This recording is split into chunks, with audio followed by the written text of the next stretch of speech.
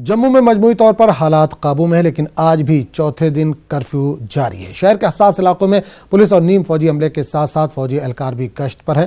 पूरे जम्मू जिले में आज भी इंटरनेट खिदमत मुअत्तल है। तालीमी इदारे बंद हैं, जिसकी वजह से लोगों को मुश्किलात का सामना है। उस पूरे मामले पर बात करने के लिए हम सीधे रुख करेंगे जम्मू का, जहां समानुमा समीर भट्ट इस वक्त जुड़ रहे हैं। समीर, आज चौथा दिन है, जम्मू में कर्फ्यू नाफिज है, किस तरह के हालात हैं और क्या कहना है इंतजामिया का, क्योंकि कल भी हालात नॉर्मल थे, आज भी ठीक ठाक बताया जा रहा है, तो क्या कुछ कर्फ्यू में ढील दी जा सकती है आज? देखिए, आज मैं आपको बता दूं, आज चौथा रोज है ये जो कर्फ्यू लगाया गया था 15 तारीख को, और आज लगातार चौथे रोज भी जो कर्फ्यू है बहुत ही सख्ती से उस पर अमल हो रहा है। और पूरे जम्मू सिटी की अगर हम बात करें, बाजार बंद है, ट्रैफिक बंद है, तालीमी इदारे बंद है, स्कूल कॉलेजेस बंद है, इंटरनेट सर्विसेज बंद है, एटीएम बंद है, और पेट्रोल पंपों पे जो पेट्रोल की रसाई है वो नहीं हो रही है। बिल्कुल ही जो जिंदगी है वो मफलूज होके रह गई है और पूरा सख्ती बरत रही है। आर्मी हो, पैरामिलिट्री फोर्सेस हो, जगह जगह पे उन्होंने जो नाके लगाए हैं, किसी को भी आने जाने की इजाजत नहीं दी जा रही है। सिर्फ जो पास जिनके पास है, जिनको बहुत जरूरी कहीं पे जाना है, उनको ही जो है उनको आने की इजाजत दे रहे हैं। लेकिन बहुत कम लोग जो है वो इस वक्त जो है मूवमेंट कर रहे हैं यहाँ पे जम्मू में।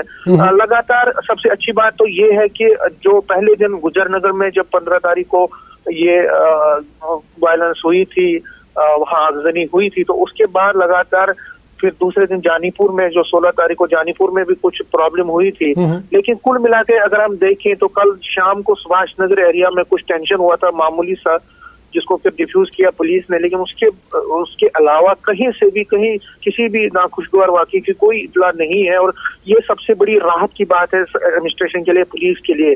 जहां तक आपने बात की रिलैक्सेशन की, तो ऐसा नहीं लग रहा है कि आज कोई रिलैक्सेशन होगी। हालांकि एडमिनिस्ट्रेशन ये कह रही है कि दिन में वो कोई रिव्यू कर सकते हैं उसकी, लेकिन इसके इम्कानात बहुत ही कम दिख रहे हैं, क्योंकि आज भारत बंद का भी असर है, भारत बंद भी है, और पहले ही सरकार जो एडमिनिस्ट्रेशन है वो कोई भी आज जोखिम लेना नहीं चाहती है कि आज लगता है कि अगर हालात ठीक रहे तो हो सकता है, बहुत बड़ी पॉसिबिलिटी है कि कल जो है कोई रिलैक्सेशन मिल सकती है कर्फ्यू में। लेकिन वो शाम को ही रिव्यू हो सकता है उसका, और कल का डिसीजन लिया जा सकता है। लेकिन जहां तक लोगों की बात है, लोगों को भारी मुश्किलात का सामना करना पड़ रहा है। खासकर जो लोग हैं, जो यहाँ टूरिस्ट आते हैं, यात्री आते हैं, उनको भी भारी प्रॉब्लम हो रही है। और जितने भी लोगों से हमारी बात हुई वो यही कहते हैं कि जो गवर्नमेंट है या एडमिनिस्ट्रेशन है, उनको कुछ ना कुछ देखना पड़ेगा, उनको कुछ रिलैक्सेशन देनी पड़ेगी, क्योंकि लगातार यहाँ जिंदगी जो है पूरी ठप होकर रह गई है। समीर, एक चीज और जानना चाहेंगे, जो मुकामी लोग हैं उनकी जरूरियात जिंदगी कैसे पूरी हो रही है? जैसे कुछ बुनियादी चीजें हैं, दवा है, दूध है, वो कैसे पूरा हो रहा, कैसे पहुंच रहा उन तक? देखिए, बिल्कुल आपने सही कहा, और यही सबसे बड़ी परेशानी हो रही है लोगों में कि अब जो है चौथा रोज है इसका कर्फ्यू का, और लोगों को अब जो जिंदगी की जो जरूरत है, जिंदगी की जो चीजें हैं वो बहुत कम मैसर हो रही हैं। खासकर आपने दूध की बात करें, अब पैसों की कमी हो रही है, क्योंकि पैसा अब एटीएम बंद है जगह जगह पे जो है, क्योंकि बैंक खुल नहीं रहे हैं, बैंक बंद है, एटीएम बंद है, तो लोगों को, और उस दूसरी तरफ से दवाइयां, लोगों को जिनको जो पेशेंट्स हैं उनको प्रॉब्लम हो रही है। तो हर एक सेक्टर इस टाइम जो है, अभी कॉलेजेस जो है, स्कूल्स में क्योंकि आज एग्जाम्स थे वो बंद हो गए हैं। आज मतलब क्योंकि स्कूल बंद है तो एग्जाम को डेफर कर दिया गया था। आज 9th के एग्जाम थे, 8th क्लास के एग्जाम थे, इसी तरह से 12th के एग्जाम थे, तो वो सारे जो है डेफर कर दिए गए हैं।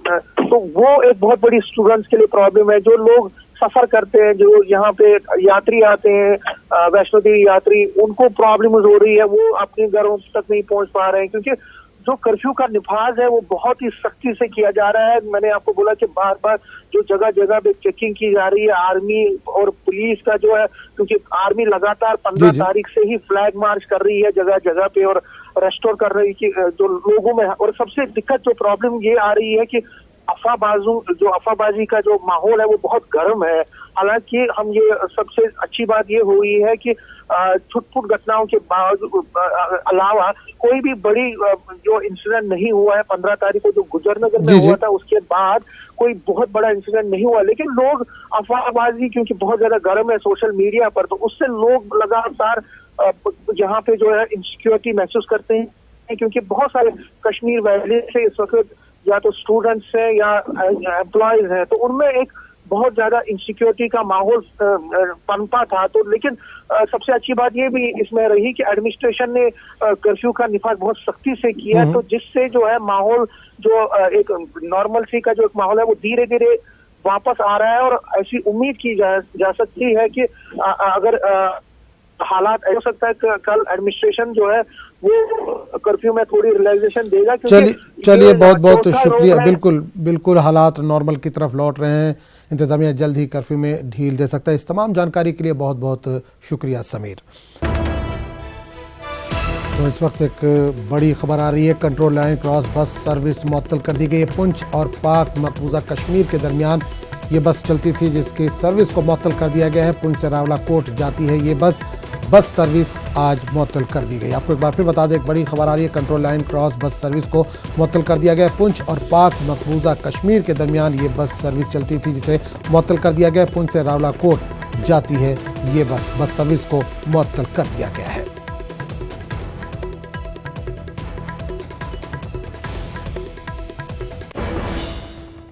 और बात कुलभूषण समात की।